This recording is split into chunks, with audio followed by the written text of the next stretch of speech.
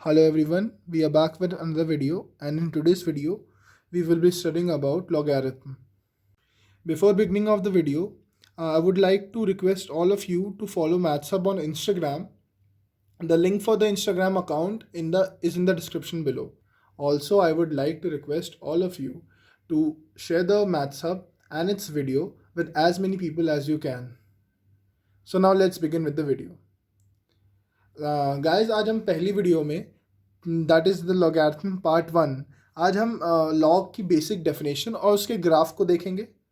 हम अपने दूसरी वीडियो में जो नेक्स्ट वीडियो होगी उसमें इसके फॉर्मूले या इसकी प्रॉपर्टीज़ को डिटेल में देखेंगे और कुछ क्वेश्चंस भी देखेंगे। ऑल्सो मैं अपनी हर एक वीडियो के साथ PDF नोट्स शेयर कर रहा हूँ। So by chance in any case आपके पास कोई भी चीज़ ऐसी हो जो क्लियर ना हो वीडियो में, तो आप उसको PDF नोट से रेफ़र कर सकते हैं। Now let's begin. लॉग एक बहुत इंपॉर्टेंट टॉपिक होता है। यूजुअली हम इसको किसी चैप्टर की तरह नहीं पढ़ते हैं, बट हम इसको फंक्शन रिलेशन के नाम के चैप्टर के अंडर एक टॉपिक की तरह पढ़ते हैं। जो लॉग होता है उसको हम एंटी एक्सपोनेंशियल भी कहते हैं। ये इन्वर्स फंक्शन होता है एक्सपोनेंशियल का। लॉग को समझाने के लिए मैं एक बहुत बेसिक सी एग्जांपल लूँगा। हम सबको पता है 10 स्क्वायर इज इक्वल्स टू 100 होता है।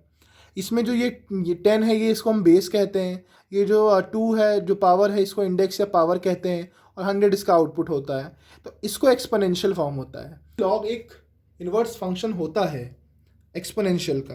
तो जो भी चीज़ एक्सपोनेंशियल फॉर्म में लिखी है उसको हम लॉगरिथमिक फॉर्म भी लिख सकते हैं। तो best example to understand log and its basic definition is 10 raise to the power 2 is equals to 100। ये हमारा एक्सपोनेंशियल फॉर्म हो गया। इसको मैं लॉग में कैसे लिखूंगा? तो इसको हम ऐसे लिखते हैं, log 100 to the base 10 is equals to 2। ये है हमारा लॉगरिथमिक फॉर्म। ये है हमारा लॉगरिथमिक फॉर्म, और ये बहुत इंपॉर्टेंट होता है। बहुत इंपॉर्टेंट इसलिए होता है क्योंकि इस बेसिक डेफिनेशन को बिना समझे हम आगे प्रोसीड कर ही नहीं सकते। जब भी हम इस लॉग को समझने की कोशिश करेंगे तो हम इस एग्जांपल को याद करेंगे कि 10 raise to the power 2 is equals to 100। तो इसका जो एक्सपोनेंशियल फॉर्म होता है वो log 100 to the base 10 is equals to 2। This is the basic definition which we study.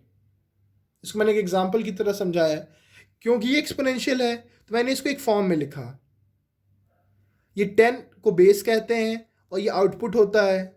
इसको आप इनपुट कह सकते हो अगर फंक्शन के तौर पे समझें। तो ये फंक्शन का इनपुट है, ये आउटपुट है, ये बेस होता है।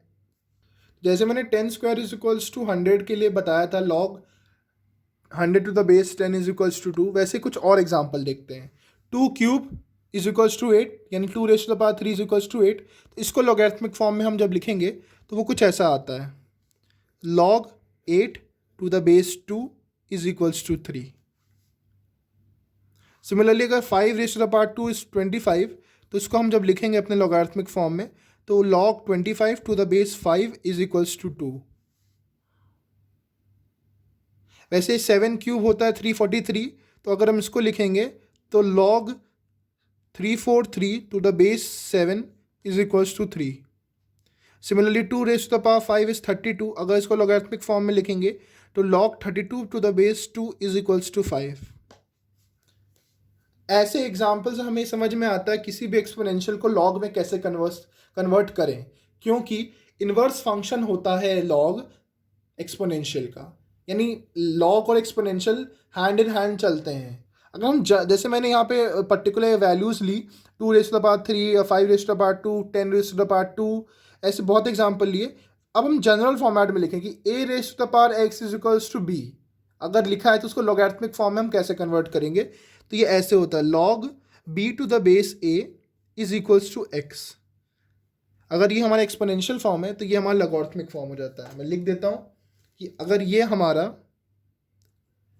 एक्सपोनेंशियल फॉर्म है तो ये हमारा लॉगरिथमिक फॉर्म हो जाता है। तो दे आर इंटररिलेटेबल। सिमिलरली इसको अगर हम समझे कि हमें कोई दिया है लॉग 8 टू द बेस 2 3 है, तो हम इसको ये नहीं लिख सकते हैं 2 क्यूब इज इक्वल्स टू 8, हम ये भी इन्फ्रेंस निकाल सकते हैं। मतलब हमें एक चीज़ पता हो तो हम दूसरा फॉर्म लिख सकते हैं। Either we should know exponential form और लॉगरिथमिक फॉर्म। अगर एक भी पता है तो हम दूसरा वाला फॉर्म निकाल लेंगे। लॉग में एक कांस्टेंट ई आता है, वो बहुत ज़्यादा यूज़ होता है, उसकी वैल्यू हमें याद होनी चाहिए या पता होना चाहिए। ई जो होता है, ई को हम एक्सपोनेंशियल कांस्टेंट भी कहते हैं, उसकी वैल्यू लगभग 2.71 होती है, लगभग 2.71 होती है। हमें ये पता होना चाहिए जस्ट फॉर इन्फॉर्मेशन, क्योंकि ये कभी कभी बेस की तरह यूज़ होता है। एक बात और जान लो, जब भी लॉग ई लिखते हैं, मतलब जैसे लॉग समथिंग लेट से 5 टू द बेस ई लिखते हैं, तो इसको एक और फॉर्म में एक और तरीके से लिख सकते हैं, ln 5 लिख सकते हैं, ln लिख सकते हैं। मतलब जब भी बेस में ई हो तो हम उसको लिख सकते हैं। जैसे अगर ये log 5 टू द बेस 3 है, तब इसको हम ln 5 नहीं लिख सकते। This is wrong but this is correct. जब भी हमारा बेस ई में होता है तो हम उसको ln करके लिख सकते हैं। It's just to make things easier and मतलब राइटिंग सिंपलर। तो ई की वैल्यू हमें याद होनी चाहिए और हमें ये बताना चाहिए जब भी बेस होता है तो हम उसको ln में लिख सकते हैं। So this is the definition, यही बेसिक डेफिनेशन होती है। एक बात हमें और जाननी चाहिए, जो एक्सपोनेंशियल में जो बेस होता है ए के पे दो कंडीशंस होती हैं। ए पहले तो ग्रेटर देन 0 होना चाहिए और a should not be equals to 1। इससे दिक्कत क्या होती है, एक अगर 1 नहीं हो जाता है तो ए की कोई भी पावर रेज करो, 1 raise to the any power is equals to 1। 1 raise to the power 1 is 1, 1 raise to the power 2 is 1, 1 raise to the power 100 is 1। So इससे जो वैल्यूज आती हैं वो यूनिक नहीं आती और प्रॉब्लम क्रिएट हो सकती है। तो हम मान लो हमें दिया 1 raise to the power x is equals to 1, तो हमें x कैसे पता चलेगा? x की कोई यूनिक वैल्यू नहीं आएगी, इसलिए हम a को 1 नहीं लेते। a लेस देन 0 में वैल्यूज सेम आने लगेंगी, यानी जैसे -2 रेज टू द पावर 2 भी 4 होगा और 2 रेज टू द पावर 2 भी 4 होगा, तो हम a में डिफ्रेंशिएट नहीं कर पाएंगे। जैसे हमें दिया हो a raise to the power 2 is equals to 4, अब वो a -2 है कि 2 है ये बताना हमारे लिए मुश्किल होता है, इसलिए हम a को पॉजिटिव ही लेते हैं। तो ये दो कंडीशंस होती हैं हमारे बेस पे, a should be greater than 0 and a should not be equals to 1। So this is the basic definition. 10 raise to the power 2 is equals to 100 होता है और उसी को हम कैसे लिखते हैं, log 100 to the base 10 is equals to 2। ये हमारी बेसिक डेफिनेशन होती है। मैं इसको दोबारा लिख देता हूँ, 10 square is equals to 100, log 100 to the base 10 is equals to 2। इस एग्जाम्पल से हम बेसिक डेफिनेशन ऑफ लॉग को हर बार समझ सकते हैं। तो मैंने आपको बेसिक डेफिनेशन बता दी, जनरल फॉर्म बता दिया, और अब हम ग्राफ पे बढ़ते हैं।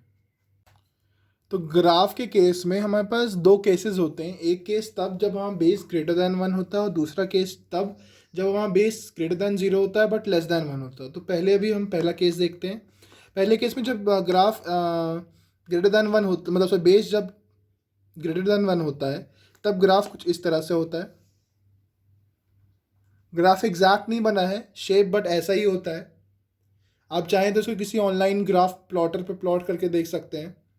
ये एक इंक्रीजिंग फंक्शन होता है। इंक्रीजिंग फंक्शन मतलब किसी भी वैल्यू ऑफ एक्स पे जो वैल्यू आएगी वो इंक्रीज करेगी। अगर वैल्यू ग्रेटर है एक्स की तो उस पर जो एक्स मतलब जो एक्स एक्सिस पे लाई कर रहा है, अगर उसकी वैल्यू ग्रेटर है तो आउटपुट भी ग्रेटर होगा। इस यही मतलब होता है एक इंक्रीजिंग फंक्शन का। अगर हम सेकेंड केस देखें जहाँ पे हमारा बेस ग्रेटर देन 0 होता है बट लेस देन 1 होता है, तो उस केस में ग्राफ कुछ इस तरह से होता है, कुछ इस तरह से होता है। एक डिक्रीजिंग फंक्शन है, यानी x की ग्रेटर वैल्यू पे हमें लेस आउटपुट मिलता है। सो this is the graph. Graph में कुछ एक्सप्लेनेशन नहीं होता।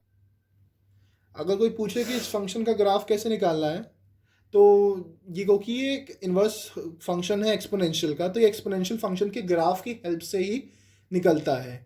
कोई भी अगर फंक्शन है उसके इन्वर्स का ग्राफ निकालना है तो हम गिवन फंक्शन का जो ग्राफ है उसको y is equals to x line में रिफ्लेक्ट करा देते हैं। सिमिलरली लॉग का ग्राफ निकालने के लिए हम y is equals to x line में एक्सपोनेंशियल के ग्राफ को रिफ्लेक्ट कराते हैं, तब हमें अपना डिज़ायर्ड ग्राफ में बनता है। ग्राफ हमें बनाना आना चाहिए और समटाइम्स ये क्वेश्चंस में भी हेल्पफुल हो सकता है। हमें ये पता होना चाहिए कि कौन से केस में इंक्रीजिंग है और कौन से केस में ये डिक्रीजिंग है। So that is all. Part 1 में मैंने कहा था आपको बेसिक डेफिनेशन और ग्राफ बताऊंगा, तो दैट इज़ डन।